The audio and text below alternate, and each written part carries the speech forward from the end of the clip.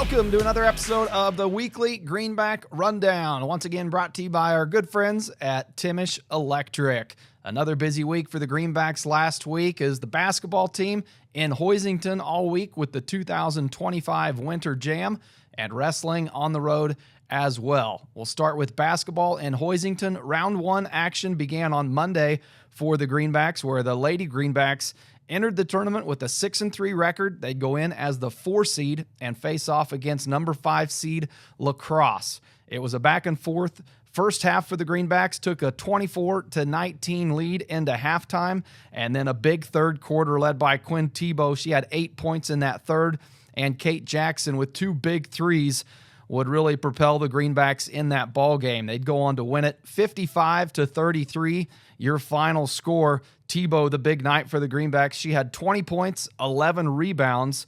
Jackson and Hughes also in double digits for the Greenbacks. Hope Hughes finished with 11 on the night, and Kate Jackson with 10. So the Greenbacks would advance to the semifinal matchup on Friday, and talked with Coach Hildebrand postgame about the big night from senior Quinn Tebow.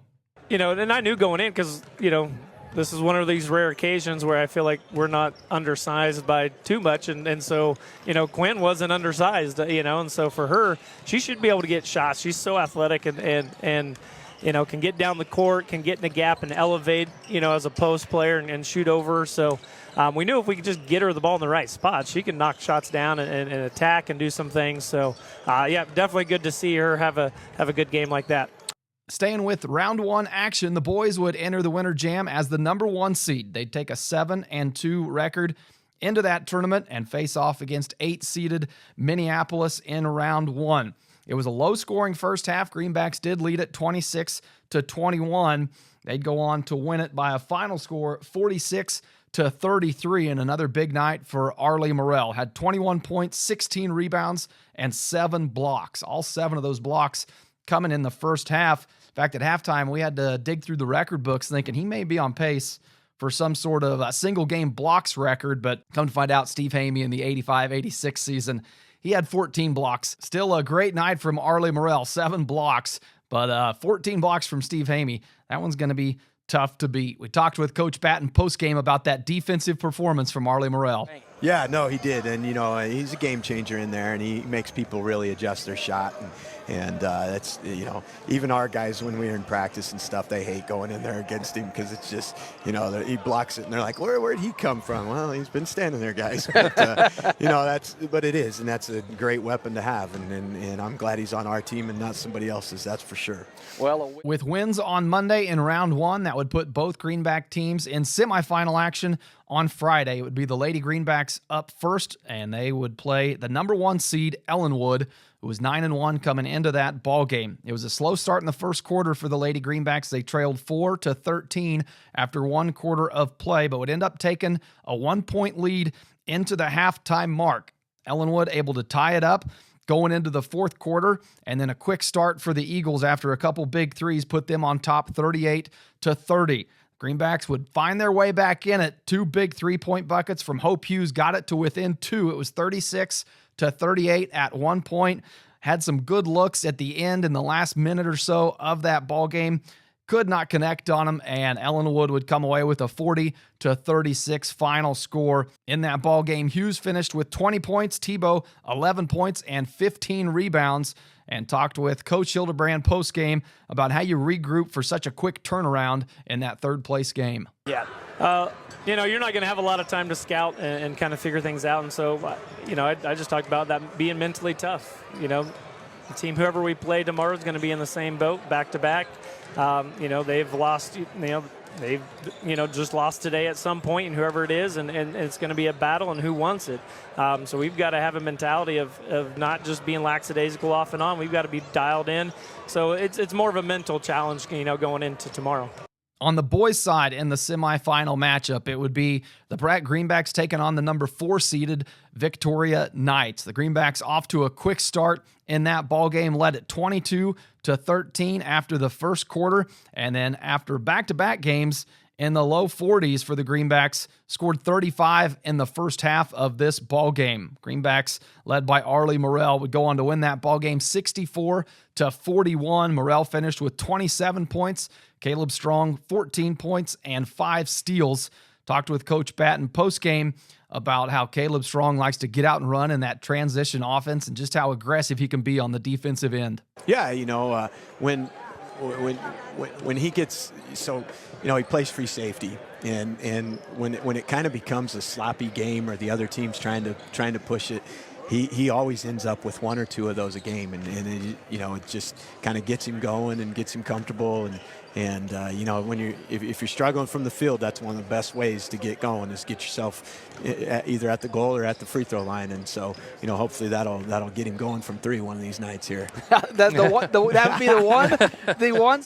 The final day of the 2025 Winter Jam Saturday, the girls would have the early tip-off playing for third place. They'd take on number 3 seed Ellsworth in that ball game, and the girls struggled on the offensive side. It was a low-scoring game, trailed 20-11 at the halftime mark, just never got in a rhythm, struggled from threes, only went 2 of 16 from beyond the arc, had some good looks, just couldn't get them to fall. Ultimately, Ellsworth would go on to win that ball game 36-23, your final score. So the Lady Greenbacks take home a 4th place finish after going 1-2 in the Winter Jam. Hughes led the scoring in that ball game with 16 points. Talked with Coach Hildebrand post-game just about the tournament as a whole and what he takes away from it. We had our moments, where we're executing, do some things, but I guess my take, as a coach, I'm probably thinking on the more negative side, but as a coach, I'm thinking we've got to get that energy up consistently. Offensively, we got to find our rhythm. And I told the girls, we just didn't shoot well for a couple games, and what do you do? We'll do shooting in practice, yeah. But there's only so much. I mean, you just got to make shot. How many times is Kate gonna go 0 for, and then not very many today. She struggled again today. So that's tough to overcome. Renee coming back. She hadn't found her rhythm yet. Ellie's out. So I feel like we got to work together and get some things grooving together, back together. And that's part of, Ellie being out. Kate was out a game. Ellie's out. Renee's coming back in. So I guess in my mind, we had the moments with everyone. Let's kind of start putting that back together and hopefully get a run starting next Friday. And for the championship match on Saturday evening, the Pratt Greenbacks would face off against the hometown Hoisington Cardinals. Now, they just met the previous Friday where Pratt came away with a 44-32 win at home. This ball game started out the same way. Struggled offensively in the first half for the Greenbacks, trailed 12-19, a very low-scoring half for the Greenbacks. Would come out of the halftime break, outscore the Cardinals 14-6 in the third, and take a 1-point lead into the fourth quarter. The Cardinals would get hot from beyond the arc in that fourth quarter, and the Greenbacks trailed by 3 under a minute to play in that ball game, and then a big 3-point bucket from Hudson Titus with about 45 seconds on the clock would tie it up at 42.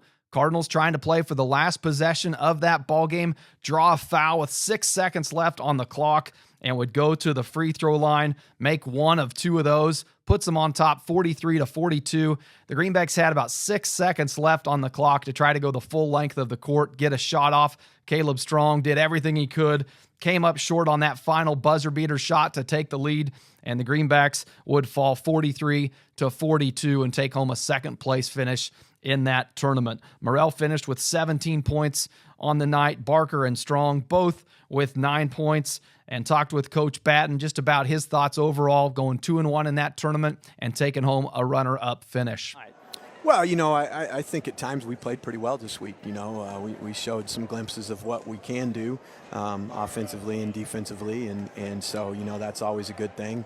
I think our biggest thing is going to be, did we learn from this or what happens down the stretch? Because, if you don't learn from this game right here, then it was a wasted opportunity that we're going to miss out on. So, we just got to we got to watch some film and see what happened, and then get things fixed and be ready, because there's teams are going to want this film now, and they're going to try to see what they did and mimic it, and so we just got to get our lesson learned and be ready to approach next week with more of a winner's mentality and a predator mentality, to where we're the hunter instead of the hunted all the time. Other notes from that 2025 Winter Jam had some tournament players. Hope Hughes for the ladies' side made the all-tournament team. And on the boys' side, Caleb Strong and Arlie Morrell being named to the all-tournament team as well. Coach Batten also picking up his 100th win as a Greenback head coach in that Monday matchup. So congratulations to Coach Batten picking up that 100th win. All right, joined by head coach Brown now. We're going to go back a couple weeks here, Coach. In my last recap, I touched on the Tournament of Champions in Newton, but that's such a big tournament that I got you here. I got to get your thoughts, so we'll go back a week from what we normally would here and talk about just how big that tournament is, and when you have kids that can go there and have success, that it's a big deal. Oh, absolutely. Tournament of Champions is one of the hardest, if not the hardest, tournaments in the entire state. You have ranked 1 and 2 kids across all classes and almost every weight class. You're looking at better matches in the finals of TOC than you are at state sometimes. Tay wrestled the number 2 kid all class. It was a great battle. Ended up winning at 10-8. Blake wrestled some really tough kids throughout. I think in his weight class, they had the number 1, 2, 3, 5, and 6 all class kids all in the same bracket, and he came out as 5th. So that's pretty impressive. When you say that a lot of times you have more competition there than at the state tournament, is it because it's multi-class like that? You're not facing just 4A. Like I said, Wilson faced that kid number 2 all classes, so it's not just going to be a 4A matchup at that Tournament of Champions. Absolutely. Our schedule, we face a ton of 5, 6A schools. So when you go to a Tournament of Champions, you're pulling Blue Valleys, Olathes, you're pulling Topeka schools, the Wichita schools, pulling people from out west and north, and so you're just bringing all of the best to one spot. A lot of teams bring just their top varsity to that just to see if they can hang. And, we brought 6, and 5 of those guys were wrestling second day. So it means they won at least 1 or 2 matches, which is a pretty big deal to be able to say. Oh, that's pretty cool. And then head into this last week, you guys were at Beloit, had some success there as well. Touch on that tournament. Yeah, Beloit was a lot of fun. This is the first year we've been to Beloit. We got out of the Hayes tournament just because we were seeing some of those 6, 5, and 5A schools. Where Beloit was more 3-2-1A and 4A schools, which are the people we're going to see at state. So we wanted to get a better look. Went up there and we're fighting some sicknesses, but everybody seems to be. Everybody's dealing with it. We had one guy, he won his first match and looked at me and he went pale, and I was like, well, here we go again. So, but it was a really good tournament. Tay ended up taking first. He was going to get a rematch of the TOC finals there, but the other kid ended up getting sick. Blake took second, wrestling one of the top guys in 4A, and they're going to see each other again in 4 weeks. So we're excited that we have some more film on that to watch and to continue and to improve. Raul Perez is really finding his stride. He took 5th place, only losing to 2 top-ranked kids, and I think him feeling that weight, feeling the hands of those kids will really help him out when state comes. And I would put Raul up against anybody right now. He's looking good. And you were saying here just before we got going, this is kind of the time where you want those kids to start feeling their stride as you guys are kind of getting into the closing weeks and month of your guys' season. Oh, absolutely. We just went through an absolute grind of a January. We had 3 2-day tournaments in a row, plus a duel. So our kids were gone for 6 days out of 15, 7 days out of 15 they were wrestling. So that's watch and wait, making sure they're on, and their bodies are tired. So this is a nice time that we have a good tournament this weekend and then a week off, and that's really where we want to start peaking. So head to Andover this weekend? Andover this weekend, yes. And Wrestlers of the Week. We posted on Facebook, but always like to get it on here. Touch on who has been Wrestlers of the Week these past couple weeks. Yeah, so last week, TOC, and going back before that was Raul Perez. He's come back on really strong from not being able to wrestle first semester, really trying to pick up his stride, and he's been wrestling really well, moving really well.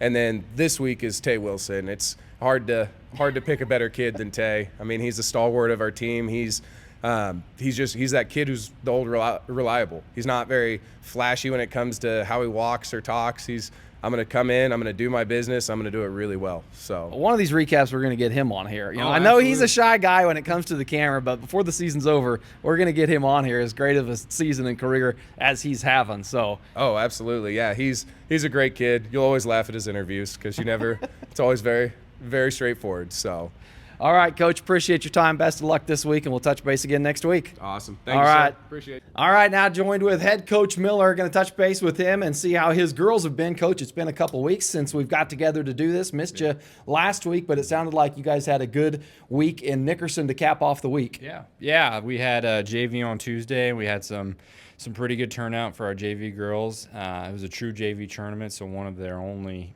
JV actual tournaments, so that was good for them to get some experience in mat time. And then Friday we had a varsity only tournament at Nickerson again, so we had some pretty good turnout. What were some of the results from that varsity tournament in Nickerson? Yeah, so Graceland Hembry got first, Miranda Webb got second, Liz Steinmates got first, Briley Richardson got third, Alexa Pedroza got fifth, and I think I put you on the spot. That's all my right. fault. That's all right. No, everybody played, so we had a really good day, and it was a really good confidence booster for us. Wait, going back to that Tuesday junior varsity tournament, how big are those to get some of your younger wrestlers experience against likewise experience? Yeah, it's huge for us. That's one of the things that you want to keep growing as the season goes. But girls wrestling in general right now is pretty tough for the JV side just because numbers wise, but it's a good thing now that more JV tournaments are becoming available. That means the sport's growing, so we try to find as many as we can, but there's not a whole lot out there, but it's big for growing your young ones.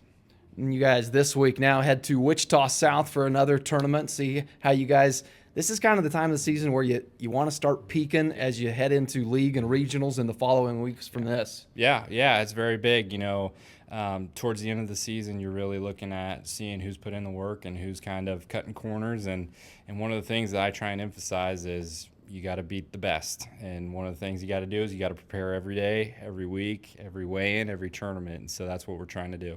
What do you expect? How many teams will be at this tournament here in Wichita this weekend for the girls? Yeah, I think 12 to 15 is what last I saw. So it's going to be a relatively big tournament and probably one of our last big ones before regionals.